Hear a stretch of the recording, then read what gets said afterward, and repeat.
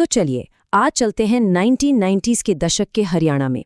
एक ऐसी कहानी सुनने जहां समझ नहीं आता कि खौफ किसी भूत का है या इंसान की शैतानियत का। और यकीन मानिए, ये धोखा किसी भी भूत प्रेत की कहानी से कहीं ज्यादा डरावना है।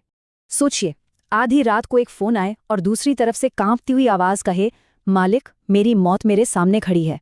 बस यही वो शब्द थे राजू के, और यहीं से उस रात की शुरुआत हुई जिसने सब कुछ हमेशा के लिए बदल दिया। तो इस कहानी के जो मेन कैरेक्टर्स हैं, पहले उनसे मिल लेते हैं।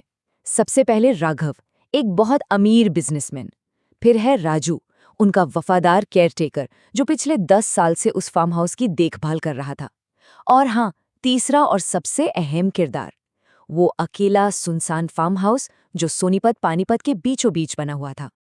अब कहानी में एंट्री होती है एक सरकारी चिट्ठी की। बिजली विभाग की तरफ से एक नोटिस आता है कि भाई हर रात को 9 बजे से 3 बजे तक, यानी पूरे 6 घंटे बिजली नहीं रहेगी। सुनने में तो ये एक बड़ी मामूली सी बात लगती है ना? लेकिन यही मामूली सी बात आगे चलकर एक बहुत बड़े खौफ का हिस्सा बनने वाली थी।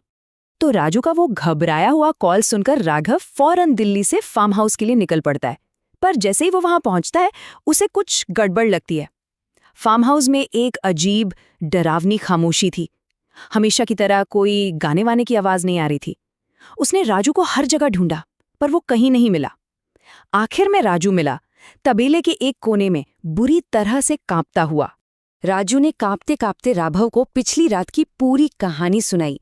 बताया कि कैसे उसे पहले लगा कि सड़क पर कोई है, फिर उसे खिड़की पर एक हंसता हुआ चेहरा दिखा, और फिर हद तो तब हो गई जब उसने एक बिना सिर वाली औरत को अपनी आंखों से देखा। वो इतना डर गया कि अपनी जान बचाने के लिए पूरी रात उसी तबेले में छुपा रहा। अब राघव को पहले से ही दिल की बीमारी थी। उसने राजू की कहानी सुनी और उसे वहम मानकर टाल दिया। उसने राजू को तबेले में ही छोड़ा और खुद सोने के लिए घर के अंदर चला गया। उसे जरा भी अंदाजा नहीं था कि जिस खौफ को वो मजाक समझ रहा था, अब वही खौफ उसका दरवाजा खटखटाने वाला था। और अब राघव के लिए चीजें तेजी से बिगड़ने लगती हैं। पहले तो कांच टूटने की आवाज, फिर ठीक 9 बजे जैसा बताया गया था लाइट चली जाती है। वो घबराकर राजू को देखने तबेले की तरफ भागता है, पर राजू तो वहां है ही नहीं। और जो सबसे डरावनी बात थी, जब वो भागने के लिए बेडरूम में आता है तो उसकी कार की चाबियां भी गायब थीं। अब वो उस घर में पूरी तरह से फंस चुका था। डर के मारे राघव बेहोश हो जाता है। जब कई घंटों बाद उसकी आंख खुलती है, तब जाकर उसे उस भयानक सच का पता चलता है जो किसी भूत प्रेत की कहानी से कहीं ज्यादा डरावना था।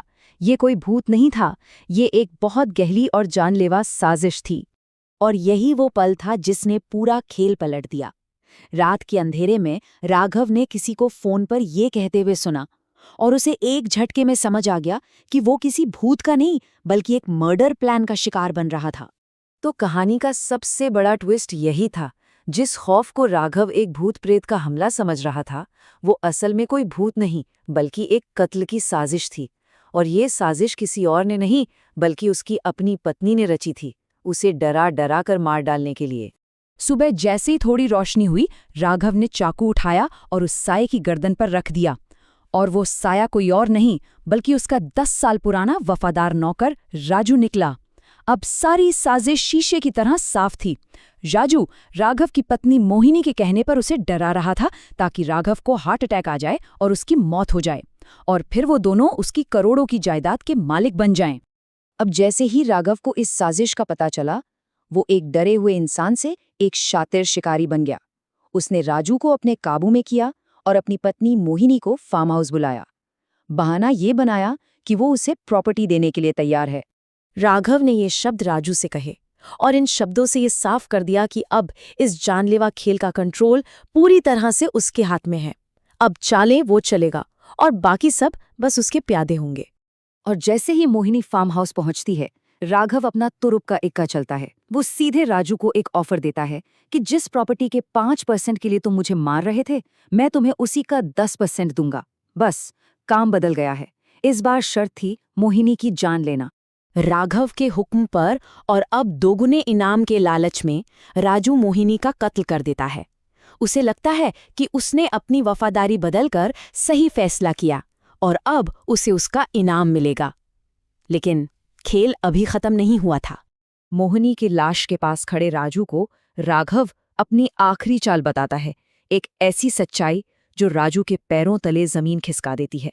वो बताता है कि जिस प्रॉपर्टी के लिए ये सारा खून खराबा हुआ, वो तो अब राघव की है ही नहीं, वो उसे 1 हफ्ता पहले ही बेच चुका था।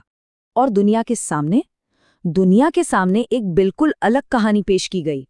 खबर ये बनी कि राजू और मोहिनी का अफेयर था और किसी झगड़े में राजू ने मोहिनी को मार दिया और फिर खुद भी आत्महत्या कर ली।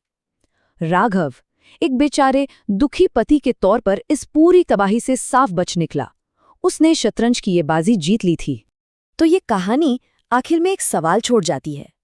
कहते हैं कि थोड़ा बहुत लालच शायद जिंदगी में आगे बढ़ने के लिए जरूरी होता है, एक मिठास की तरह। पर सवाल ये है कि वो कौन सी हद है जब ये मिठास जहर बन जाती है। मोहिनी और राजू के लिए वो हद पार हो चुकी थी, जिसके आगे सिर्फ तबाही थी।